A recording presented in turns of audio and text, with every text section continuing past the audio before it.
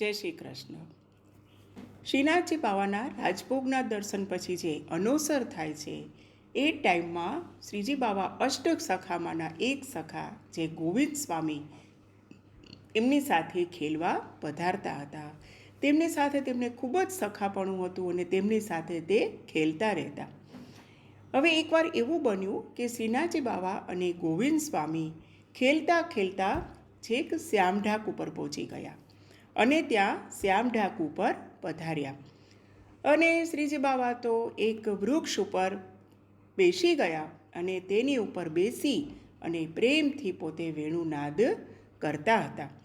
અને ગોવિંદ સ્વામી પણ વૃક્ષ નીચે બેઠા હતા, થાક ઉતારતા હતા અને પ્રભુ જે ખૂબ સુંદર રીતે જે વેણુનાદ કરતા હતા તે ખૂબ જ પ્રેમથી સાંભળતા હતા અને આનંદ કરતા હતા.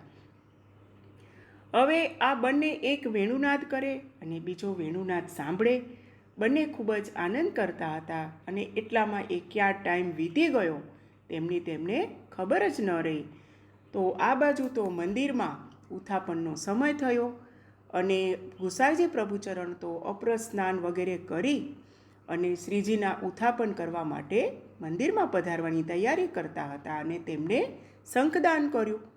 તો હવે આ બાજુ શ્રીજી બાવાએ શંખનો અવાજ સાંભળ્યો અને ચોંકી ગયા કે હો, આ તો ઉત્થાપનનો ટાઈમ થઈ ગયો, ગુસાઈજી નિજ મંદિરમાં પધારતા હશે.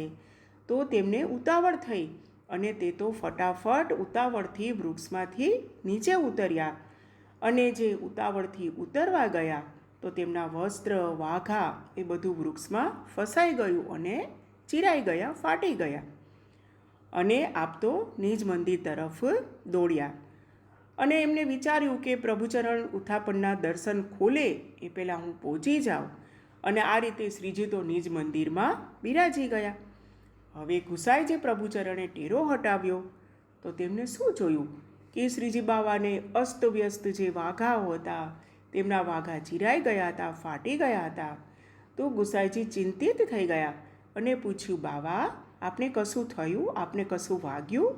કેમ આ રીતે આપ છો કે આપના વાઘા પણ ફાટી ગયા છે? એકદમ ચિંતિત થઈ ગયા. તો એવામાં તો ગોવિંદ સ્વામી પણ દોડતા દોડતા આવ્યા કે પ્રભુ દોડ્યા છે તો એમની પાછળ એ પણ દોડ્યા.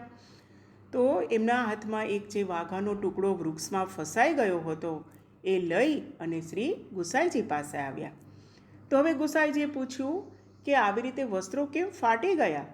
તો ગોવિંદ સ્વામી કહે, જયરાજ આપને તો ખબર જ છે કે આપનો પુત્રનો જે લક્ષણ કેવા છે, ખૂબ જ ચંચળ છે. તેમને વૃક્ષ ઉપરથી જે કૂદકો માર્યો તો જે એમનો જે વાઘાનો જે પટકો હતો એ વૃક્ષમાં ફસાઈ ગયો અને ફાટી ગયો. હવે ગુસાઈજીએ નિજ મંદિરમાં પધાર્યા અને શ્રીજીને વાલ કર્યું અને પૂછ્યું કે બાવા આપે ઉતાવળ શા માટે કરી?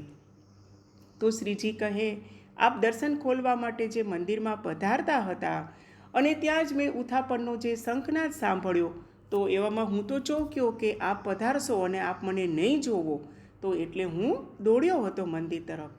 ત્યારથી ગુસાઈજીએ શ્રી મુખ્યાજીઓ અને ભીતરિયાજીઓને આજ્ઞા કરી કે આજ પછી હવે રોજ 3 વાર શંખનાદ અને 3 વાર ઘંટનાદ કરવા અને એના થોડા સમય પછી જ મંદિરના કપાટ ખોલવા, જેથી પ્રભુ કોઈ પણ જગ્યાએ ખેલવા પધાર્યા હોય, બહાર પધાર્યા હોય તો એમને જે ફરી નિજ મંદિરમાં બિરાજમાન થવા માટે તેમને ઉતાવળ ના કરવી પડે.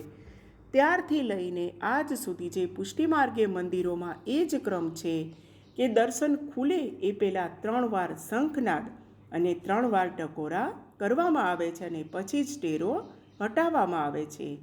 આ જ રીતે આપણે પણ આની ઉપરથી વિચારીએ કે આપણે પણ આપણા જે સેવ્ય પ્રભુ છે એ ખૂબ જ સુકોમળ છે, યશોદાજીની ગોદમાં ખેલતા યશોદોત્સંગ લાલિત્ય છે, ખૂબ જ સુકોમળ છે. તેને પણ આપણે ખૂબ જ નિરાતે અને શાંતિથી, વાલથી, પ્રેમથી જગાવીએ. જય શ્રી કૃષ્ણ. શ્રી ગુસાઈજી પરમ દયાલ કી જય. જય શ્રી કૃષ્ણ.